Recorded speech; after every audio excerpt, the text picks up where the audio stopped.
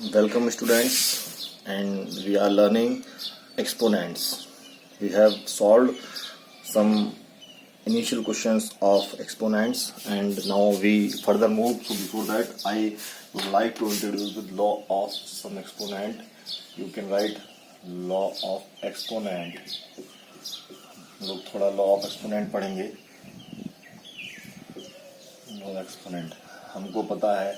First law क्या identities type के हैं. जैसे x हमारे पास है, x है, x में m इंटू एक्स एन हो रहा है. तो व्हाट वी कैन डू, अगर x की पावर m है और x की पावर n है, क्या करते हैं हम लोग, इन दोनों को पावर को हम लोग ऐड कर देते हैं. ऐसे करते हैं, वी डू लाइक दिस.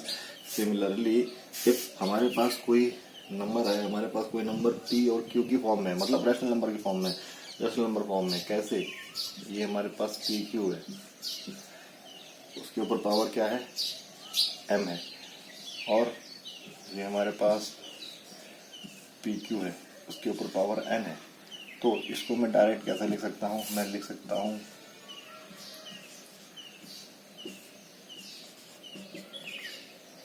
ऐसे मैं लिख सकता हूँ. अच्छा कैसे, अगर मैं इसको सॉल्व करूँ, तो देखो पी के ऊपर पावर m, क्यू के ऊपर पावर m, अच्छा इंटू पी के ऊपर पावर n, क्यू के ऊपर पावर n. तो ये दो सिंपल मल्टीप्लाई हो जाएगा. तो जो सिंपल मल्टीप्लाई हुआ तो p की पावर m प्लस, मतलब अगर हम इसको इस तरीके से लिख लें, ऐसा लिख सकते हैं. तो इस फॉर्मूले के हिसाब से क्या होगा, इस फॉर्मूले के हिसाब से हम लिख सकते हैं p की power m plus n, q की पावर m प्लस n.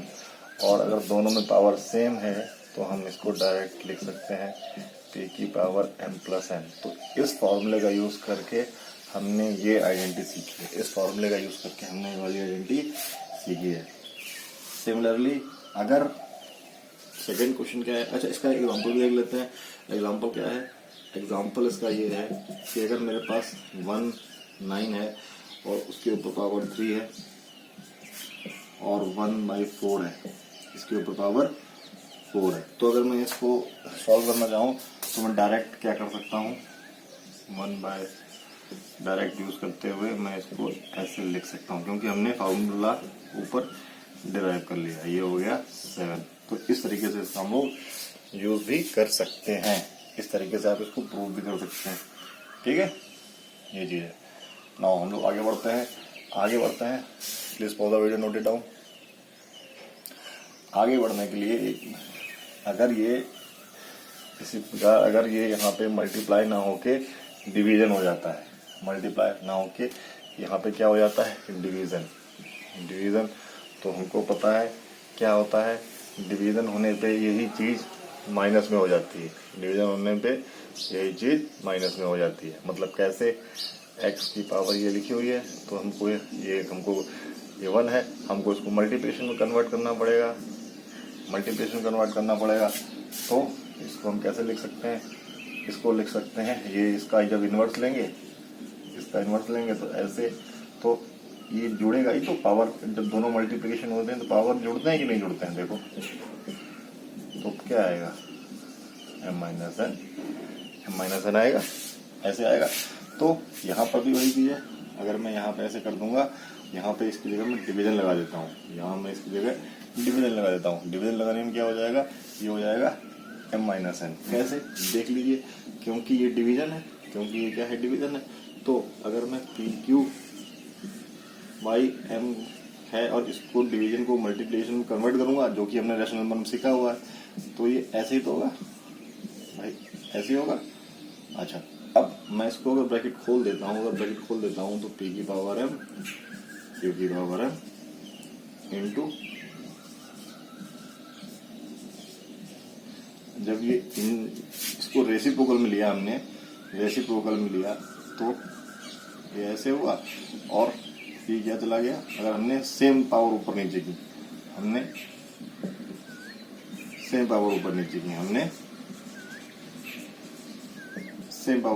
तो क्या आ गया, ये आ गया p m-n q m minus n, और इसको जब ब्रैकेट हमने क्लोज किया क्या आ गया माइनस m। इसका भी एक एग्जांपल लेते हैं हम लोग, इसका भी एग्जांपल लेते हैं, एक एग्जांपल हम इसका भी लेते हैं। तो एग्जांपल अगर ये 2/3 है, ये इसकी पावर 5 है और यहाँ पे 2/3 है, इसकी पावर 2 है, तो हम इसको डायरेक्ट कैसे लिख सकते हैं 2/3 की पावर 5 माइनस 2, दैट इज, ये आपको याद होनी चाहिए। इस तरीके से इसको हम लोग सॉल्व कर देते हैं। आगे बढ़ते हैं हम लोग नेक्स्ट आइडेंटिटी पे। अगला आइडेंटिटी हम लोग इस प्रकार करने वाले हैं, जो थर्ड ये सेकंड थी, जो हमारी आइडेंटिटी है वो अगर इस प्रकार है, अगर x के ऊपर पावर था हमारे ऊपर, x के ऊपर पावर m है और हम ऐसे लिखते हैं तो क्या आता था, ये m इंटू n हो जाता था, m इंटू n हो जाता था। ये एंटीम रैशनल नंबर के लिए करने वाले हैं, तो क्या है, अगर p और q कोई रैशनल नंबर है, उसके ऊपर पावर m चढ़ी हुई है और उसके ऊपर एक ब्रैकेट और चढ़ के पावर n चढ़ी हुई है, तो हम लिख सकते हैं p/q की पावर m इंटू n। इसका भी एग्जाम्पल लेके देख सकते हैं। द एग्जाम्पल इसका ये हो सकता है, अगर मेरे पास 1/5 है, इसके ऊपर 4 पावर है और मैं अगर इस तरीके से इसके ऊपर 3 चढ़ाता हूँ तो आंसर क्या आएगा, 1/5 4 इंटू 3 मतलब 1/5 की पावर 12, ये आने वाला है। अच्छा, इसको भी एक्सप्लेन करने का तरीका वही है, अगर मैं इसको अंदर वाला ब्रैकेट को खोलता हूँ तो क्या आने वाला है, देखो p की पावर m और q की पावर n, ये आने वाला है। तो अगर मैं इस तरीके से है तो मैं इसको ऐसे लिख सकता हूँ, कैसे, p की पावर m q की पावर n,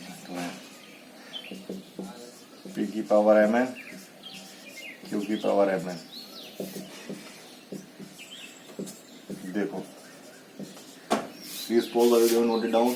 और हमारी जो चौथी आइडेंटिटी है वो, अगर इसको आपने नोट कर लिया, फोर्थ आइडेंटिटी हमारी क्या है, फोर्थ आइडेंटिटी क्या है, वो भी आप फर्स्ट से मिलती जुलती है, फर्स्ट और सेकंड से।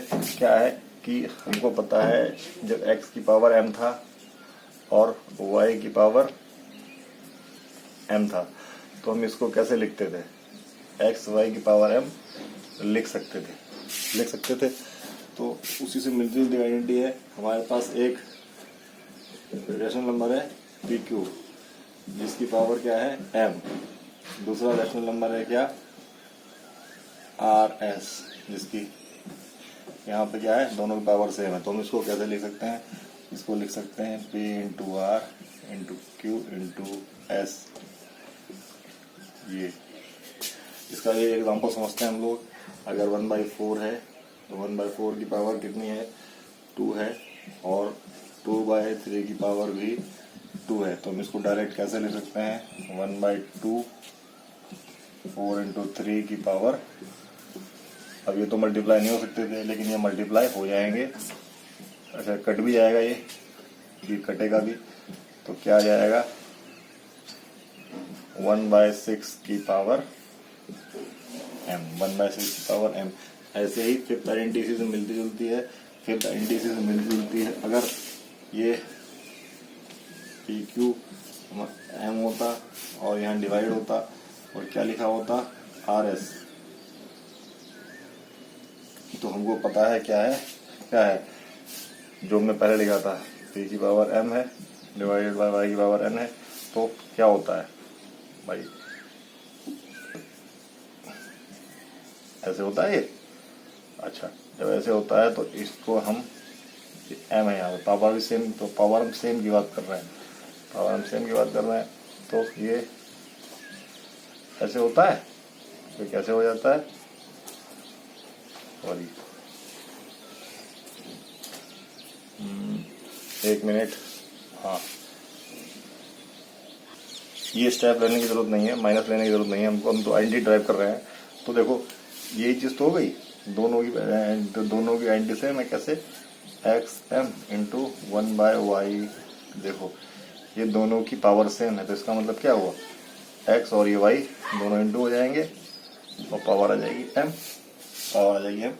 तो यहाँ पे क्या हो जाएगा, यहाँ पर भी हम वैसे ही करेंगे, पी इंटू एस और क्यू इंटू आर की पावर व्हाट, पावर सेम होनी चाहिए। पावर क्या होनी चाहिए, सेम, पावर सेम होनी चाहिए। मतलब ये उल्टा हो जाएगा रेसिप्रोकल होके, ये रेसिप्रोकल उल्टा होगा। रेसिप्रोकल होके जो पी क्यू है एम है, अच्छा ये रेसिप्रोकल होके उल्टा हो जाएगा। तो जो ऊपर वाला रूल किया है उसके हिसाब से क्या हो जाएगा, P into S Q into R की वैल्यू क्या आ जाएगी, एम। अच्छा ओके, अगर ऐसे में क्वेश्चन और देख लें इसका, तो अगर 2/3 था, 2/3 के ऊपर पावर क्या है 4 डिवाइडेड बाय 6/5 के ऊपर पावर 4 है। ये हमने एग्जांपल्स ले किया, रैंडम एग्जांपल लिया है हमने ये। तो जब ये एग्जांपल है तो इसका क्या मतलब हुआ, जो अंदर बीच वाला डिवीजन है वो मल्टीप्लिकेशन में कन्वर्ट होगा, बीच वाला डिवीजन है वो मल्टीप्लिकेशन में कन्वर्ट होगा, 5/6 की पावर 4 हो जाएगा, ऐसा ही है। अच्छा अब क्योंकि पावर दोनों की सेम है तो 2 इंटू 5 अपॉन 3 इंटू 6। अच्छा ये 2 से कट भी सकता है तो काट देंगे 1 बार टाइम और 3 टाइम्स, क्या आ जाएगा 5/9 की पावर 4, 5/9 की पावर 4। तो ये हमारे कुछ रूल्स थे। अब एक रूल और बचा है, zero of exponent. Zero of exponent काफी इंपॉर्टेंट है, इसको please pause the video, note it down. इसको मैं यहाँ लिखता हूँ, जीरो ऑफ एक्सपोनेंट काफी इंपॉर्टेंट है।